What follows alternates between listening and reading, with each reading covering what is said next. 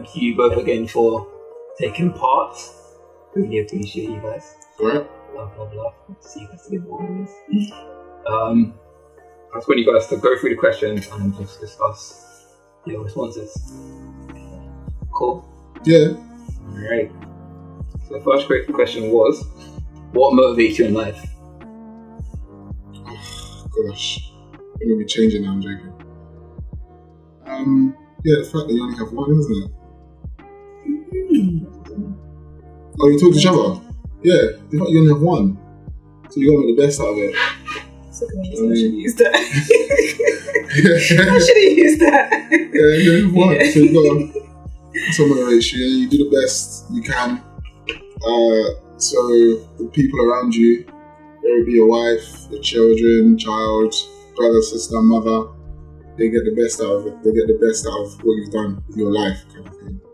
And others around you, people you come in contact with, people, friends, who end up being like family. Do you know what I mean? You only got one chance to make the best out of it. So I guess that's what motivates me to keep going. How are you? Your answer was so much better than mine. Like, actually, there is no such thing. There is such thing. Look, if I tell you my answer. There is such thing. Alright. So my answer was, believe it or not, I said love.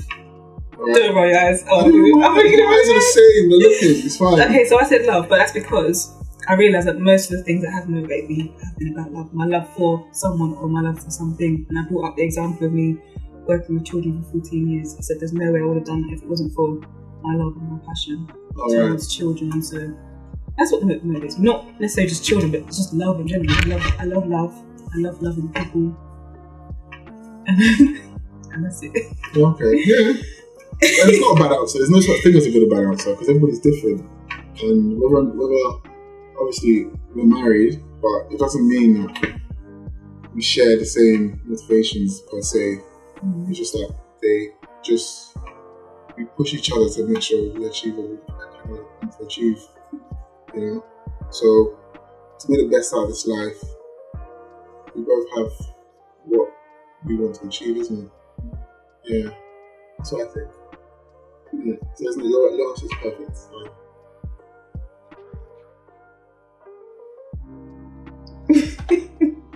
Do you think with your head or your heart more? Just before or after marriage? Yeah. I'll start. Yeah, go. So I said that it's a bit of both. Yeah. I said because if you think of your heart, basically I'm saying your heart could mislead you. You also have to use sense. It has to be knowledge. There has to be. You can't just think of your heart. I gave examples of knowing the right person to marry. Like you're not just going to be all giddy and have all these fairy tale expectations. Like you also need to have some knowledge and prepare yourself properly. Yeah. So I spoke about how helpful it was having counselling and things before going into marriage. So you're not going in with some unrealistic expectation. So I said, but based you on also like your heart and stuff. Yeah, and I said emotions, they come and go and they also change. So it's like you can't just think of your heart. It's not a movie kind of thing. You can't be like, oh, my heart says that, this and this, and just run with it. You have to have some sort of logic or reasoning behind it as well, some knowledge. What did you say? Mine was slightly different because I said like you kind of need both to be working simultaneously. Because and I said working with one, I think anyway, is immature in a sense, because as you grow up in life, you tend to realize that you have to use your head, but then you can't be heartless. Do you understand? Yeah, so you have to use your head. You use the analogy of marriage. I use the analogy of giving. You know what I mean? So you could give, but then you have your heart tells you should give all the time, but then your mind tells you that if you don't have, you can't give. So your mind tells you that you need to have first.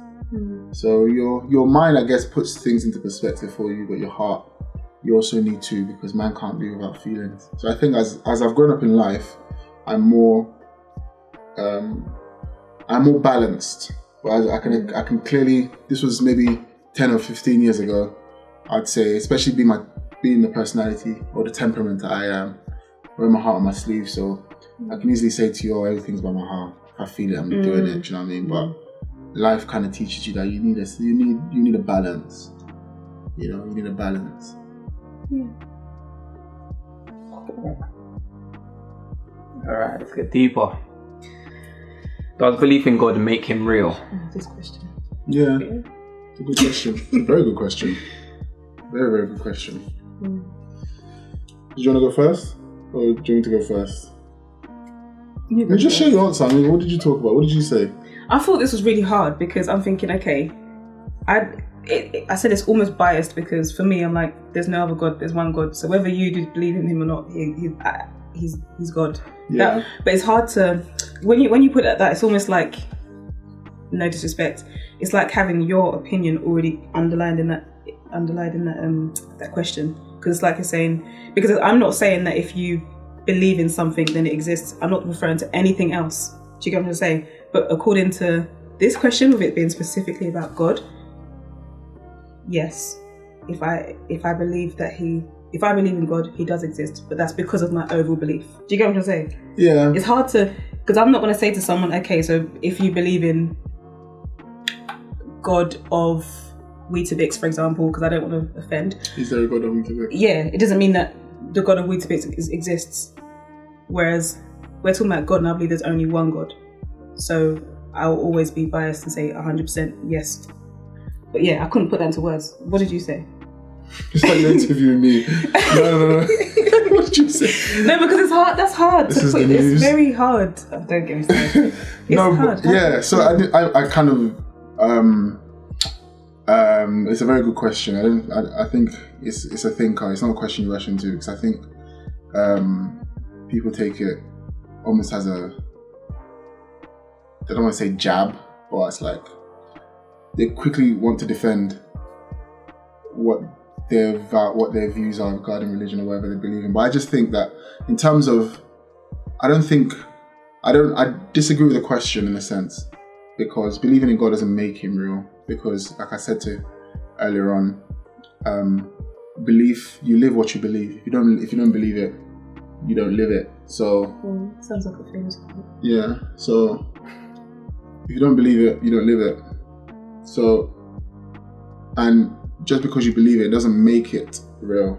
Do you understand? But I'm sure it's a very interesting question. That's what I'm saying. Yeah, it's a very, very interesting question.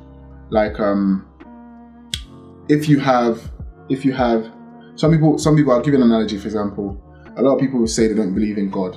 I don't know if I'm going off tangent, but a lot of people say they don't believe in God, but because they don't see it, so therefore it's not real to them. But there's a lot of things you don't see that you believe in. There's a lot of things that you have never seen before that you believe in. So I don't think believing in something makes it real. Likewise, inadvertently, I don't think not believing in something makes it not real. Yeah, that's a bit of deep. The last question was, if you could erase pain from your life, would you? Why did you look at me? I just wanted to see if you wanted to go first. You go first. I said no. Me too. Really? Yeah. Okay, I don't think it was a competition, but yeah. Well, you gonna explain what? Yeah. I thought I gave you the chance to go first. No, go on. Yeah? I said I wouldn't, because pain is good. Tells you what the problem is. You know? Like a broken heart. It's very, very painful. Do you know what I mean? But it tells you that the person was a problem. Or maybe the relationship was a problem. So pain is it's not always a bad thing. Life is, it's like perspective is gained. You have to gain perspective in a lot of things, including pain. So I wouldn't take away pain at all. So I said something similar to you. I just said that, well, pain, you kind of need it to help you become who you are. Yeah. Like, if I didn't go through half the things I went through, I don't think I'd be as strong as I am now, or as knowledgeable.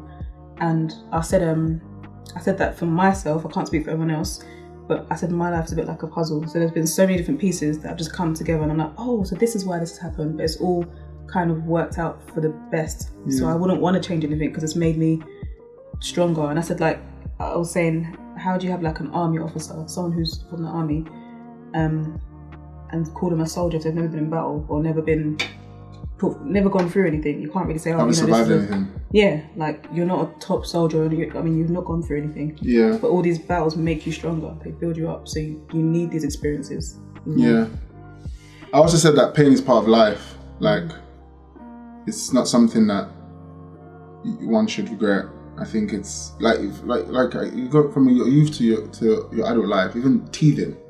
And when a child is teething, they're in pain, but then they need to teeth. You know, so pain is needed. You know, it comes with valuable lessons, but besides that, it comes with growth. You know, if you don't go through certain pains, you don't grow, and it teaches you things that possibly you won't learn elsewhere. So pain, I wouldn't take it away at all.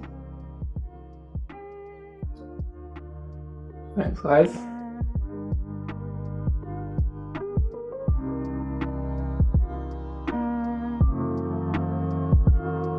I'm saying it wasn't fair. Catch this. This is the real. No, but it's true. I said things that are similar to what you said. Yeah, it wasn't, man.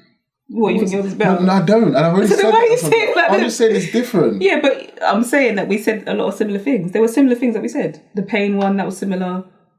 Where? The God one was similar. Like, no, that one was the furthest one. no, it wasn't. Furthest one. No, it wasn't. We said things that are very similar. I actually backed what you said, and you. No. Backing each other is different from saying the same thing. You're not exactly the same, but it was similar. So it's not saying that, it's gone to similar. Oh, very similar. Very, No, it's very gone similar. to very similar. Your first answer, I was like, yeah, that's how I should have put what I was thinking. To what But there's I nothing said. wrong with what you said, though. No, but it's still interesting to hear what you said. Huh? I thought, you know, when you looked at me first time, I thought you could say, oh, my motivation is my wife. And you didn't. Because you looked at me, I was like, oh my gosh. I was like, That's got cheese written all over no, it. but then I thought, thank God, because I didn't say that as my husband. So I thought, Yeah, a bit awkward. No, that's too cheddar. Oh, please. Obviously, you're part of it. Yeah, I mean, you're part of mine. I don't need you to My repeat. life. I don't need you to repeat. I'm just telling you You're that. part of my life. I don't need you to repeat it. I don't need you to echo what I've said just to. No, but please you me. are. It's love. No. Okay, but I I'm not know, talking now about... you're taking mine. No, I'm saying that I 'Cause you spoke were never about gonna say that. love. I said I love. No. Yeah, you part of that. We're not comparing. All I'm saying is, obviously, you're part of mine. You're always part of mine. I don't need you to. No, say I'm that just to saying. confirm. I'm not... I already know that. Just confirmation. It is confirmed. Just to let you know. Anyway. Oh, sorry. It's all good fun.